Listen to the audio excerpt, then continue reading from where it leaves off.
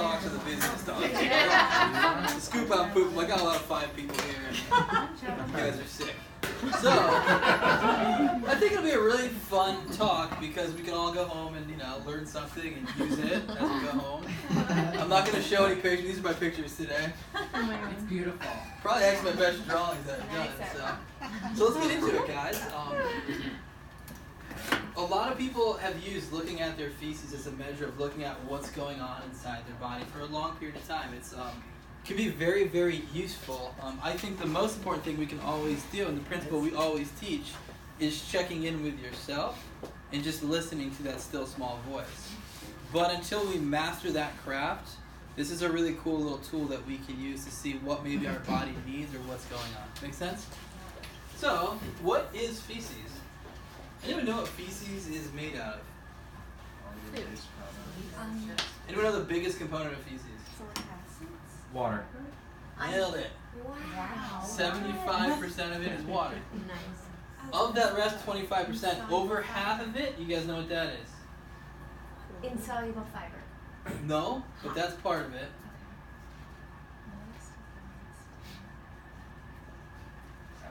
Bacteria and bacterial waste. So most of your feces is water and bacterial waste. Dead bacteria coming out, some live bacteria as it comes out.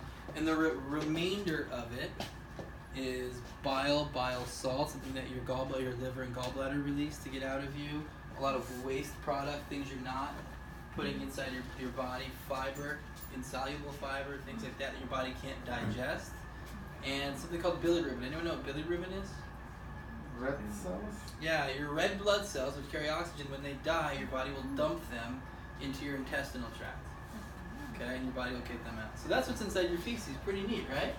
So when you look down in that, you're looking at literally a lot of bacteria. That's a major component of what you're looking at, okay? Next question, how often should you go? Every day. Every? 2-3 when your body tells you to. After each meal. Yeah. When you get the signal. Nobody knows. All right, you guys got me there. We can always say, oh, it's perfect when you go. But you should be going at least 2 to 3 times a day. How long does the cycle of digestion take? If you eat some foods that goes through you? 3 hours. Usually about a day, right? Like for the whole process to happen. So what happens is you eat breakfast, you load up your stomach, it goes into your small intestine, goes into your large intestine in waste. You eat lunch, you eat dinner. When does your breakfast come out? First thing in the morning. First thing in the morning. When does the next one come out? It's like, picture like an assembly line. You have breakfast, lunch, dinner, and it just keeps coming out just like that. So you should go about 3 times a day. Many of us don't know this. I ask people all the time, do you have constipation issues? They'll say no. I'll say, how often do you go? They'll say 1 time a day. I have I go in the morning, and that's it. Right? That's somebody who's actually constipated. I've had people who go once every 2 days. I've had people who go once a week. Okay? That's severe constipation. Here's the problem. Anyone know what constipation leads to? Yeah, so think about what is constipation. It means that all of this waste is sitting and rotting and fermenting inside of your gut. So as that ferments, what do you think that does to the walls of your gut? Yeah, so you have a whole bunch of acids hanging out, sitting still in certain parts of your body. So, as you have acids just sitting inside your colon, what happens to the colon walls? They start to break down. What does an acid do? It's corrosive by nature, right? So here's the deal. What's really crazy about your intestinal tract is that if you look at it cross-sectionally, it's only 1 cell thick. Oh, wow. So you guys know that. It's pretty neat, right? So if this is the tunnel that food passes through, it's only 1 cell layer thick. Wow. So what happens if something burns a hole inside of here? You got leaky You gut. got leaky gut. You have whole food particles going inside of you. You have a jailbreak going inside of you. You don't want that. So your body has a mechanism to block that off. If you start to have a whole bunch of acids sitting in here, how does your body protect you? Mucus. Yeah, I nailed it. How'd you know that, Another one of your talks mentioned. Right? So your body secretes this stuff called mucus. Snotty, slimy mucus, and it's like a barrier so that doesn't just burn holes inside of you. Right? That's the purpose of mucus. Now, when we get into this, you talk to a lot of healthcare practitioners in the medical world. They call mucus bad. Anyone heard of the mucus-less diet?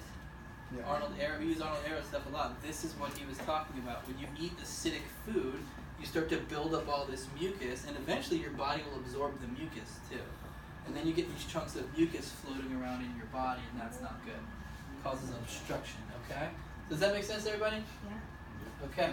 Constipation leads to some pretty serious things. So if you have that stuff rotting away inside of your gut, what it will lead to is something called colitis. Who here has heard of ulcerative colitis? Okay? It's just a big fancy word. What they're saying is that you're getting these burning holes, these ulcers, all throughout your colon. Right? And in the medical field, what they treat it like it's a disease process. Right? Like I was saying, I have a friend who had colitis and had irritable bowel syndrome. Doctor didn't ask her one time, hey, what are you putting inside your mouth? I mean, how does the doctor not ask what's going inside of this tube? Don't you think that's the most important thing you should ask and find out? You have poisons going in there, and they're sitting inside of there, and they start burning holes. It's called ulcerative colitis. Right? What's the solution in our country today for that? Medicine. Or even getting it removed. Too. Here's what happens. What's the healing process, guys? The inflammation is a healing process. What is inflammation marked by? Swelling. Redness. Extra blood. Pain. And heat. This is what inflammation is. Why does your body do this? To bring nutrients to the area, to block off an area, to have pain so you're listening and saying, wow, what am I doing wrong? So if you put acids inside of here and they're hanging out here and they start to burn holes inside of you, what does your body do? It inflames. Why does it inflame? To try to repair that area that you're burning. But what we do is we name that the disease. Colitis means inflammation of the colon. And we attack the inflammation. You know how the medications work for this stuff? Usually a lot of steroids. Steroids are anti-inflammatories. Is this making sense? Yep. So when they give you an anti-inflammatory, what happens to the inflammation? It goes away. What happens to the healing? Nothing. It goes away. What happens to the things that are burning holes inside of you? They can't do Your body has to produce more and more mucus. Right? So we have a whole society of people who have things like colitis or Crohn's disease. It's essentially the same thing. Okay? We have these conditions and we're calling these diseases and they're not. Actually is the disease process is all this nasty waste hanging out inside of our intestines. And we're just stopping the healing process. That's what we're doing. Okay? So, another important factor, one of the most important things that they found about constipation is that it's the common link between all cancers. If somebody has cancer, almost everybody who has cancer has constipation issues. Does it make sense as to why? If you have waste sitting inside of your intestines, what's happening to that waste? It's being reabsorbed, and you're getting a body full of toxins which mutates all of your cells. Okay? So, constipation is a big deal. I'll have people come in and I look at their intake form and they'll say, I'm pretty healthy, the only thing I have is constipation. And they think it's not a big deal. But it's a precursor to some really serious things inside of you. Okay? Next fun question. I'll write that here. What should your feces smell like? Roses. Nice. That's what mine does. Oh, okay. Okay, it should. Okay. Honestly, it should smell, as according to reports, fruit and flowers. It's what our feces should smell like. Whose feces smells like fruit pie? How many people have done a juice fast though? And the first couple days, I'm sure it doesn't smell like that. Right. But by like day 6 or 7, you notice it starts to smell different. Yeah. So there's a guy we follow. His name's John Rose. You can follow him on YouTube. He talks about doing his 90-day juice fasts. That's what he does. And what he said he would do, how he did it originally, was he was somebody who went raw vegan for years and would do these juice cleanses every once in a while. But he would do a juice cleanse, and like on day 10, he'd still have solid stuff coming out. He'd say, what the heck's going on? I'm not eating anything. How am I having solid stuff coming out? There's all this stuff stuck inside of him. All the waste still inside his body was getting out. So he decided to go, he turned 40, and he said, I'm going to do a juice cleanse until I'm entirely clean. Until the only thing that's coming out of me is juice. It smells like fruit, and it took him 90 days after years of being a raw, clean eater. Pretty crazy, right? That's how much waste we all have inside of us. So, but if you go clean long enough, your feces starts to smell like the stuff you're putting in it. So if you're eating fruit all the time, it smells like fruit as it comes out. It doesn't smell all gross and fermented. Why does our feces smell really bad? Fermented. It's fermented stuff. Some of the stuff's been there for a long time. Anyone ever do a colonic before? Okay. How long does some of that stuff stay inside of us? We have some people who do that for a living, and they'll say, we have people who will have tin foil come out and they ate when they were a kid, and they're like 30 years old. Wow. They'll have crayons and stuff come out, like stuff that's stuck inside of them. Pretty wild, right? So, we got some stuff inside of us that we got to keep cleaning out. So, this is what it should be like. What So- would lack of smell be? Huh? What would lack of smell Probably means pretty clean then, too. Yeah. And where does diarrhea fit in Cha cha cha. We're going to get there. Okay. Cha cha cha. What does that even mean? Diarrhea, cha cha cha. I think it was like a Beavis and Butthead thing. Program in there. So let's talk about basic digestion. There are 4 parts of digestion. The first thing we do, what's this called? When we put something inside of here. Ingestion. Food goes in, start to chew it. As soon as you start to chew it, sugars and fats start to get broken down. What's this process called? Digestion. What does digestion mean? You're taking big particles, big carbohydrate chains, and you're breaking them down into glucose molecules. You're taking big fatty acid chains, breaking them down into individual fatty acids. You're taking these proteins and you're breaking them down into amino acids. So digestion just means you're taking larger things, breaking them down to finer and finer and finer particles. Okay? Digestion happens in the mouth and what's this thing called? Stomach. In the stomach, and you use some acids and some enzymes that start to break this stuff down into really small things. These 2 phases take up most of our energy. Okay? But once it's fine and broken down, now the sphincter opens up and it goes into the small intestine. This is where, what's the next phase? Anyone know? Assimilation. Absorption, you can call it assimilation. And what are we doing in that phase? Absorbing the sugars. Taking all the nutrients, right? The sugars, the fatty acids. So we should not be absorbing proteins or big, huge fats. What should we be absorbing? The smallest molecules possible. Okay? And in order to do this, it goes into our small intestine. And in order to absorb everything we want this to be really, really efficient. So if we eat food, we don't want it to just go in and go out. Right? Remember, we used a ton of energy just to break it down. We want to absorb that stuff now, right? So, in order to do that, we create a lot of surface area inside our gut. So, number 1, the first thing that happens is our small intestine is really long. Anyone know how long our small intestine is? 20 feet. How do you guys know this stuff? You've had a lecture with this information, some of it. Right? I'm repeating myself, is that it? Never mind that. Lecture over. Why do you keep coming back? You're doing like one thing. Like, oh, we had that one thing right now.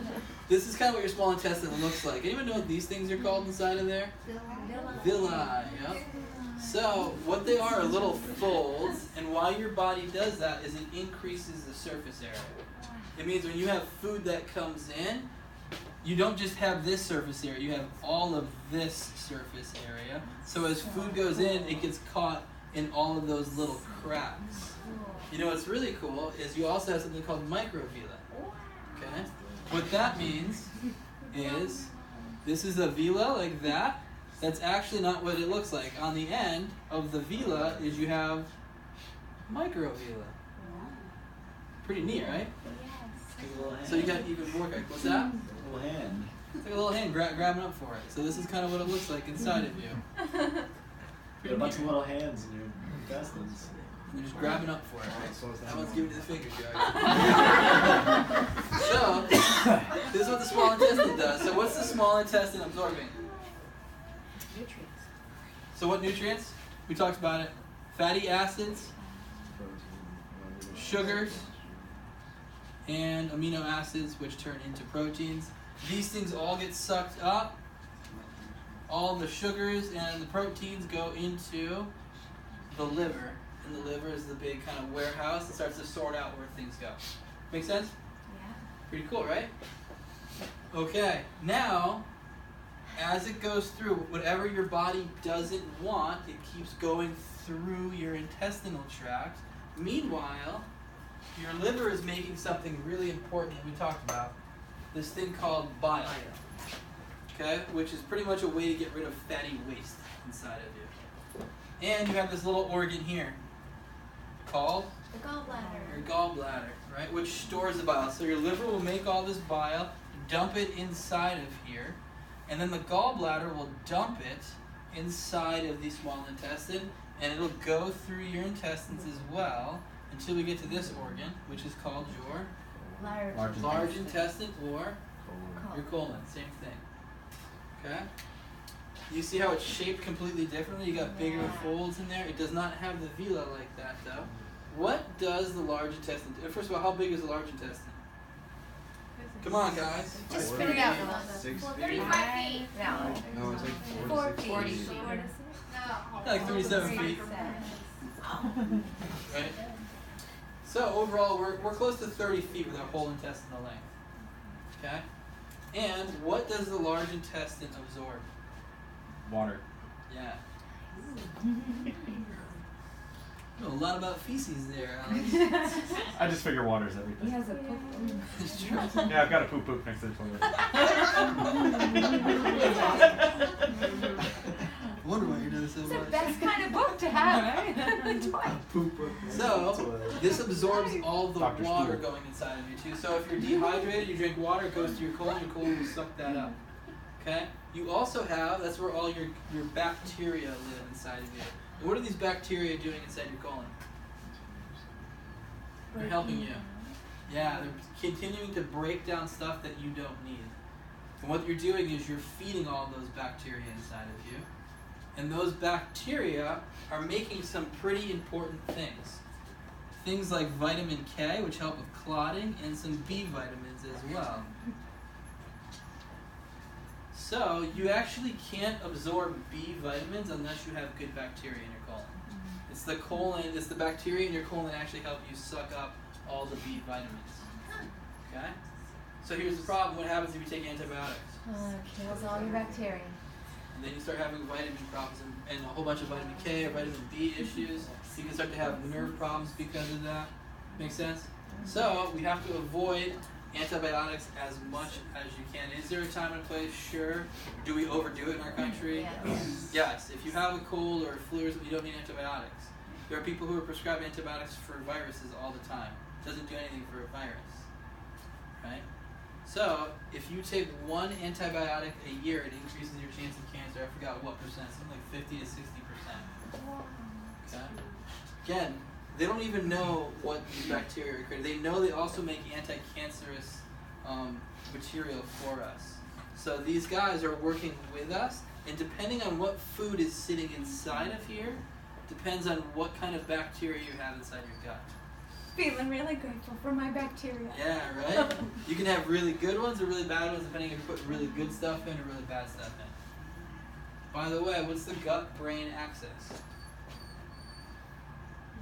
Do you Isn't know? it like what you crave versus what bacteria you have in your gut? So the gut-brain axis is, have you heard your gut is your second brain? Yes. There are more nerves there than anywhere other than your brain. Wow. So they call it your second brain. This controls your emotions and your mood. Yeah. Like I was saying, they believe that over half, or about 50% of schizophrenia is based on a bad gut, nothing else. What they have found is that changing the gut and the bacteria in the gut is more powerful than any kind of mind medication that you can take. It's way more about your gut. We did a talk one time about parasites. It was pretty creepy. I should do it again. But you'll see parasites, for example, that get inside of certain animals, and they'll completely hijack their mind. That's probably one of the weirdest things I've ever seen. Yeah, it's pretty remarkable to see. The bacteria in your gut are what's telling your brain what to do a lot of times. Okay? There's a really cool book called The Essene Gospel of Peace. It was one of the Dead Sea Scrolls, and in it is an account, it's a spiritual book, but in it is an account of Jesus addressing all these kind of homeless beggars, talking about the demons inside of their gut because they didn't listen and they're not eating the food from Mother Earth. And what happens is he tells these people to water fast because they're having these demons that are controlling the brain. And these people go on a 7-day water fast and they start to have all these demons come out and they're worms. Literally parasites coming out of these people, okay?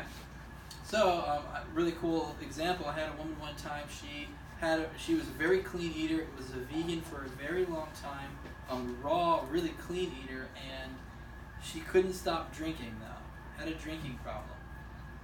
She got her first adjustment, went home, went to the bathroom, saw a ton of parasites come out.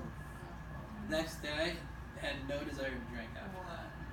Okay, so that's how powerful the stuff inside of our gut is, right? Whatever's in here, if you have all this stuff in here, you're gonna be depressed. Okay, you're gonna have anxiety. Okay, so this is very, very important. Now, there's one other really important nutrient I want to talk about, and it's fiber. It's actually, they call it an anti-nutrient. What is fiber? Anyone know what fiber is? It's a scrub brush. It acts like a scrub brush. It's actually sugar. Okay, fiber is a type of sugar, but we don't have the proper enzymes to break it down. So when you eat this stuff, and there's two kinds of fiber. There's water-soluble fiber, which means it goes inside of water, and there's water-insoluble fiber. Okay, you guys are probably more prone to understanding what water-insoluble fiber is. That's like the skin of an apple, right? Or like the lettuce, the leaf of the lettuce. That's water insoluble. You eat that stuff, that's what turns into like a Brillo pad inside of you. So imagine eating something like the skin of an apple. Your body can't really break it down. Now you chew it down and it breaks apart, but you can't really break it apart too much. So what happens is that stuff goes through you and scrubs you out. It goes inside of here like a scrub brush, like a Brillo pad, and literally massages out all of the waste. Okay? As it's being pushed through. Now you also have the water-soluble fiber, which turns to more like an aloe jelly type of stuff. And that goes through, and that soothes everything as it goes through you. What's an example of that? So that's the stuff that you want to see. So if you juice, for example, so people will say, I don't like to juice because you get rid of the fiber. You don't. You get rid of the water-insoluble fiber, but you're drinking water-soluble fiber.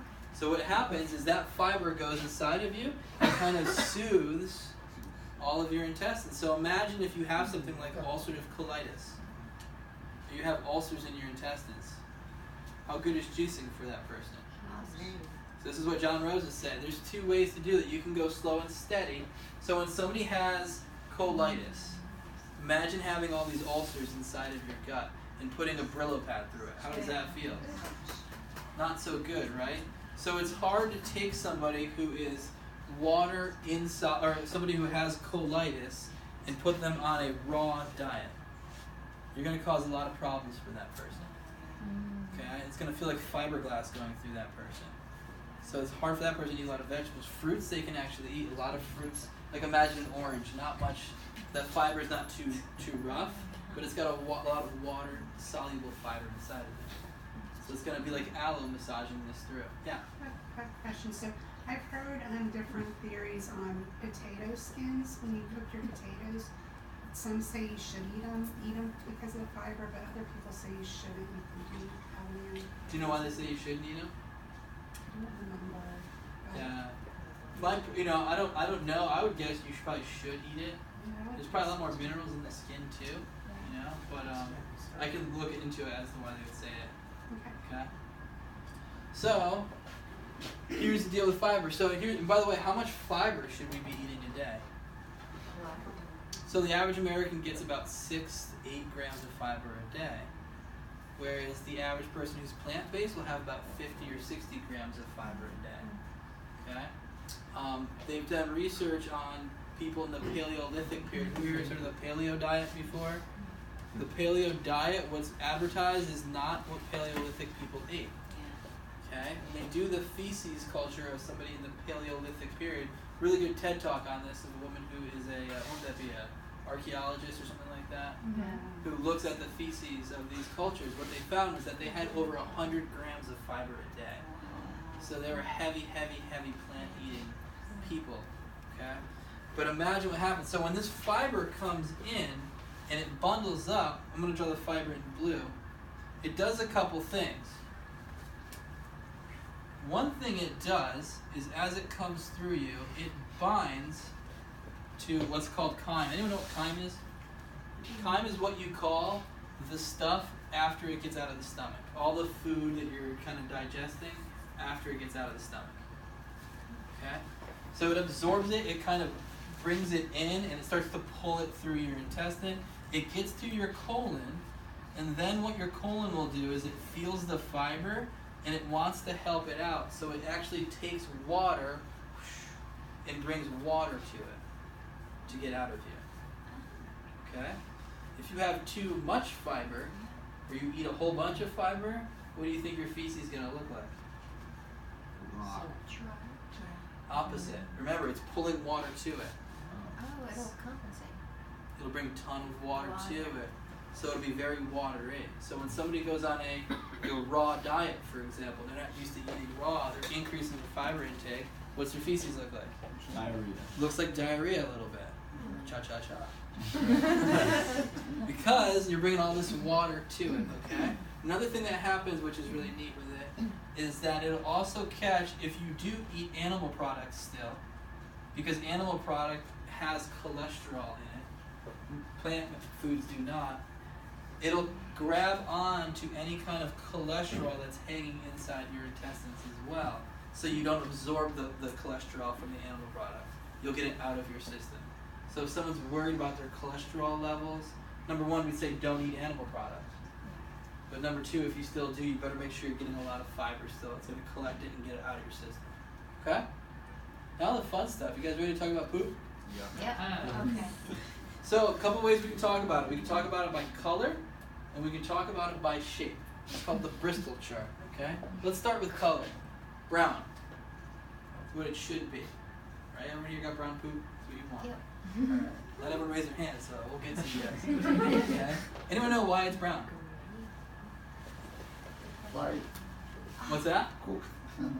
Cooks. Because everything's been absorbed out of it. So what you're putting in there, feces is a combination of all the foods you're eating. So it's all different colors, number one. You're putting that in there. But remember I talked about the thing called bilirubin. Yeah. Red blood cells that are broken down over time. So you have this reddish, brownish color from the bilirubin that goes inside of there. So remember that it's the bilirubin which comes from the bile. So this stuff here is actually going to make it brown as it goes through. It's a combination of all these colors plus this bile which has bilirubin inside of it, which turns it brown.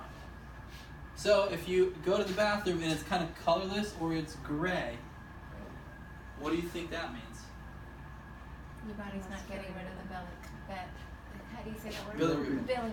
Could be something called jaundice. What it means is this. There's a blockage of bile.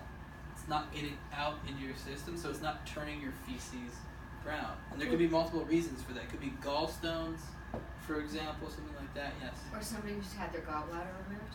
Could be. Now, if you had your gallbladder removed, you still have bile. You just can't store as much of it. Okay. So it could be that they just didn't produce enough, or they've already gotten rid of all their bilirubin as well. Okay? Make sense so far? Yellow feces. What do you think yellow feces is? Not good. It's not necessarily bad. If you look down and it's more yellowish, it's not necessarily a bad thing. Carrots. Could be. It could be something that you're eating. It could be carrots or things like that.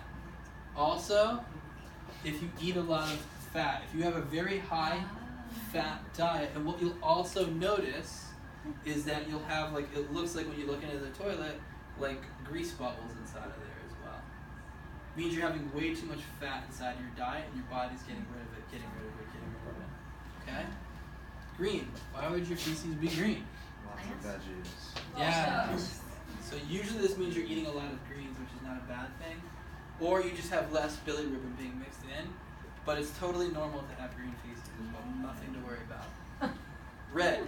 Blood. Beets. Yes. Yeah. I feel like everyone has that story. First time they eat beets, they look down like, oh my god, I'm dying. No, you're good. Just beets. So it can be some certain things that you're eating that's causing this. Okay, so number one, if you're eating a lot of red foods, you're eating beets, you're gonna look down and you're gonna have red stool. Nothing to be alarmed about. However, why else would it be red? Too much blood. Blood. Now, where's the blood coming from if it's red? Ulcers? Ulcers, so you could have something forming like colitis. Usually what you'll notice is you'll have, if it's here, it's going to be red. If it's coming from your colon or your lower digestive tract, and there's ulcers inside of there, you're going to have red in your stool, and you're probably also going to have mucus in your stool. Because with colitis comes mucus. Okay? You can also have what's called a hemorrhoid as well.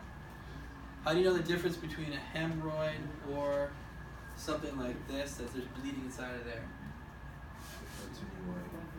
Yeah, usually it's like if you wipe it, you see the blood on the toilet paper. That's more of a hemorrhoid. Nothing to be concerned with. Right? If it's in here, and you don't see that as much, and it's coming out, and it's happening repeatedly, it's something that you should probably be a little worried about. What else can it be besides colitis? Could be colon cancer as well. Okay? And then finally, so this is bad, you might want to get a little worried if it starts happening, call us up, we can talk about it. Last one is black. Black tarry stool. Anyone know what causes that? Blood higher up in your system? Yeah, like Shay said. Shay, say it again, say it louder. It's blood higher up in your system, like the Yes. small intestine. If you have bleeding in your stomach, a stomach ulcer up here, as it drips blood, or something in your small intestine, but usually it's here, there's a big stomach ulcer or something like that going on, could be some kind of cancer in here or in your small intestine. What happens is as it bleeds and as that blood gets through, it starts to get mixed in with the bilirubin and things like that. It actually turns black. Okay, so if you have black tarry stool, it's usually something that's pretty severe. Now there's one thing, they don't tell you this, they tell you this. They tell you what causes black stool are ulcers or blood, and they'll say, or if you've taken some medication, like some Tylenol or something like that, it can cause black stool. Anyone know why that stuff will cause black stool? It causes ulcers. Yeah, they actually make you bleed. So anytime you take a Tylenol, anytime you take an aspirin, what they do is they make your stomach bleed a bit as they go through you. And that's why you'll have some black feces sometimes when you take that stuff. Yes? What if you eat something with activated charcoal? Yes, that too. So with any of this stuff too, sometimes it's what you're eating. So if you're eating something like that, expect to see it in your stool. Okay? Awesome. Any questions on that? Make sense? Okay, let's go to the Bristol chart. 7 types of shapes of feces as it comes out too. First one, You go to the bathroom and you have these little pebbles that come out, and it's really, really hard. Okay? I want to talk, actually, one thing I do want to say is this. We don't talk about this a lot, and it's not part of the Bristol chart. This is a pretty well-recognized chart, but one thing they don't talk about is the circumference of your feces. Okay? You'll talk to some people and they'll say, wow, the only thing that comes out is really, really thin strands. Why would that be? If your colon, this is a tube of your colon, and it's supposed to be open like that, but you have impacted feces all around it. What happens to the circumference of that feces as it comes through? It gets smaller and smaller and smaller. So if you have really, really small, and you have a hard time going to the bathroom, you've had a history of constipation, this is probably what's going on inside you. Okay? You need a lot of cleaning, a lot of fiber, a lot of juicing to get that stuff out of you as you go. Make sense? Yeah. That was just a side note. So if it's really hard and it looks like little pebbles, what does that mean to you guys? There's no water. Dehydration. Yeah, no water. So it's severe dehydration. This is severe constipation.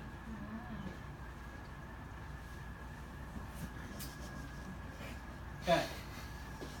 Next, you guys having fun with this? Look at this turd right there, okay? As you go here, and you have this type of shape, and it looks like these nodules in a way. It's hard as it comes out. It's nodular as it comes out. What do you think that means? It's the same thing. This is basic constipation, okay?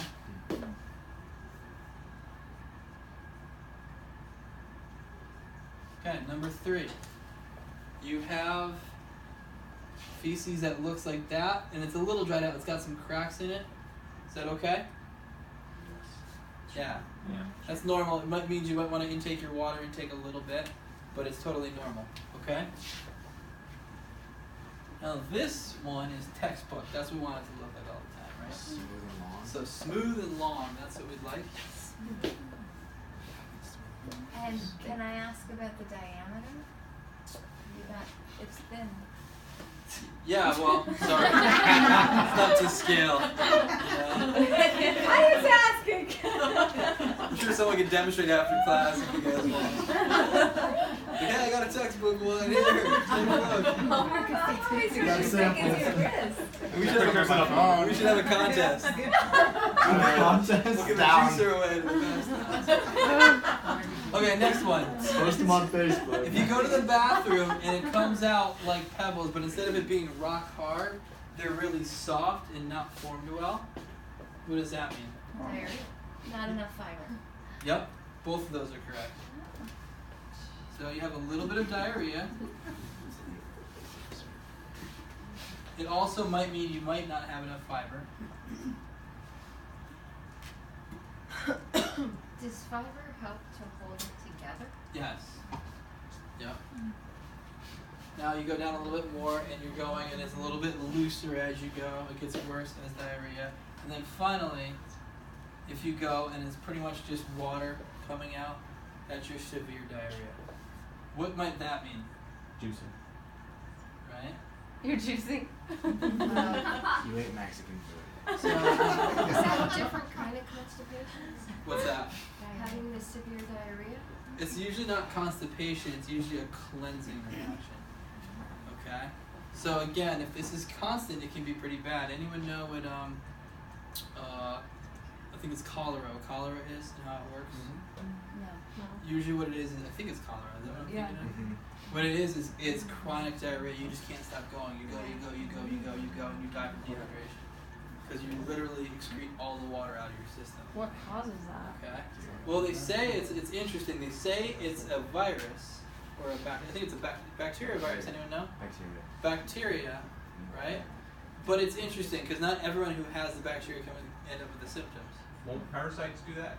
Parasites can cause this as well. There are a few things that can cause you to actually have it come in and come out pretty quick and be really watery. Parasites are definitely one of them. Okay? So, here's the deal. A lot of people think that diarrhea is really bad. I've had people come in and they start to eat clean and they get really nervous that they have diarrhea. If you look this up, a lot of people will say this also means that when you have diarrhea, it means you have inflammation inside of your gut. Is it true? Usually it's true, but here's the question, is it good or bad? It's good. Healing. Well, it's trying to go. Usually it's good. Okay? So we have to understand what's going on. What's actually the symptom? Why would you have diarrhea? If you had something like cholera, why would your body get diarrhea? Is it the bacteria that's causing it? Or is it your body trying to heal you and get rid of it right away? It's just that it can't do it fast enough if you die from it. Right? This is actually your body healing you. So this is kind of what we want to talk about. When you go on a cleansing reaction, most of us have had an abnormal diet for a period of our life. Most of us for a majority of our life. So what does our intestines actually look like? Pretty bad, right? Yeah. There's a lot of cleaning we need to do. So when we do a cleanse, when we do a fast, what starts to happen is you'll see mucus start to come out of us, right? So Arnold Ehret talks about this, right? When you start fasting, right? One thing that you can really do, if you do it properly, when you start to fast and you break it properly, your first time you go to the bathroom, you should see a lot of mucus come out of you. Has anyone experienced that before? Okay. Usually when it happens, you'll feel changes in your brain immediately as well. It's almost like you can feel, it's kind of gross, like a mucus thread getting pulled off your entire brain, like a plug coming out of you. You feel like, whoa, so much lighter. Okay? It's like I can breathe through my skin. Yeah. You really start to feel it, yeah? So how this happens, though, we have to do this right. When we cleanse, when we do a water fast, for example, your body starts to unload all of its toxins into your digestive tract. And if you're used to eating bad things, so things that turn to glue inside of you, which is meat, dairy, eggs, Wheat, like flour. usually flour, not so much. But again, because it breaks down pretty easily. But a lot of the stuff will turn to glue-like substance. And then you're trying to get it out of your system. You get really gluey inside of you, right? And really sticky. So sometimes you might do a water fast, and you'll find it's hard to go to the bathroom. Anyone have that experience before? Okay? So you have to be careful. If you start to do this, and you're finding in a water fast that you're not going to the bathroom, it means that you're not cleansing. It means that you're getting all this glue-like stuff, and it's getting stuck inside of you. So what should you do? Change to juice. Deep fiber. Right? So the first thing you should do if you're not going is you need to go to the bathroom first. Okay? You need to go to the bathroom before you resume a normal diet. So you should not eat fruit. Anyone know why you shouldn't eat fruit if you're not going to the bathroom? Ferments. It'll get caught in the glue and it can ferment. It can actually kill you. Make you sick. Right? Yeah, make you really sick. It can kill you. You should eat green leafy things that go through you, won't ferment and pull the stuff through. If you're still not going, you need to do an enema to get that stuff out of you and get it going again. What about a clone? You do a colonic, yeah. Another way to do it is to start doing juice cleansing, switching from water to juice. And when you do a juice, what kind of juice should you do? Citrus. Yeah, why would we want to do a citrus? Because it would break it down. Think about this impacted stuff. What's citrusy stuff going to do? Acidy. It's going to go through it and dissolve it and clean it. Right. As opposed to a green juice, which is nutritious and you're going to absorb stuff, but is it going to break that stuff down? So really start to understand why we do certain fasts and why we don't. If you want to do a fast for nutrients, green juices are excellent. If you want to get your mineral content up and do stuff like that, green juices. If you're like, wow, I want to start working out my intestine, I need to go to the bathroom more often, what should you do? More of the astringent fruits pulling this stuff through. If you have a lot of ulcers inside of you, do you want to do a lot of astringent fruits? No. It's going to burn you, right? But juicing, green juices, things like that, it's going to feel great for you. Make sense? Awesome. So what's pretty neat about this, guys, is now you can look at these charts and understand, let's say you have something come out that's black and it looks like this. You know, you can know right away, okay, that's not so good. I know I'm severely constipated and I have something really serious that might be going on inside of me. I might have a stomach ulcer, something like that. Right? You can kind of refer to this chart and see wherever you're at. Make sense? Yeah. Most of us, we're not going to be at the extremes. Most of us are probably going to be like somewhere in here, and we can just kind of increase our water intake, maybe have a little bit more fiber. If we're way down here having this diarrhea, we might want to have a little bit less, but I don't recommend it. If you're down here and you're eating clean, keep going until you cleanse out all the stuff inside of you. Okay? Because eventually your body will stop kind of cleansing and pushing it out. Yep, you got it. Okay. Awesome. Awesome, guys. Any questions? Yeah, Laura? On the shapes, should that be consistent or will it vary like a lot from day to day? It might vary a little bit day to day, you know, like probably from here to here. Typically you won't go from here to like here, you know? But you'll find, you know, if you're cleansing, like this week, if you're doing the detox or you're doing the fast, you might vary from like here and you might be dehydrated a little bit, then you'll come back here. So when you're detoxing, I wouldn't worry about it, but when you're eating clean, kind of use it as a reference. Was there anything else about circumference? No, that was it. Yeah. Any other questions? You guys know everything about poop now? You guys good? Got the scoop? The scoop. The E blank. The scoop on poop. What's the E, guys? Oh. Elimination. Good job. Awesome. Okay. Alright guys, hey, yeah, go ahead. What's up, Jack? Go. What about Xylem husk? I've heard it's good for both ends of the Bristol chart. How does that work? Is it like water soluble or insoluble then? It's inside the fiber. You're getting like pretty much the husk of something and you're putting it inside of you. But So- I've heard it can help with like constipation and diarrhea. Like So, normalizes you either way. My guess is that it's doing this. Number one, how would it help with the constipation? It's pushing through you, it's massaging through you, and as it gets here, it's going to pull so much water to the area. Remember, fiber pulls water to it, okay? Over here, it's probably really good because it's a binder too. It might just bind things together, okay? Interesting. But I don't know the exact answer, but that would be my guess with it. Any other questions? Alright guys, thank you so much for coming. Tomorrow night is our last Taco Tuesday night.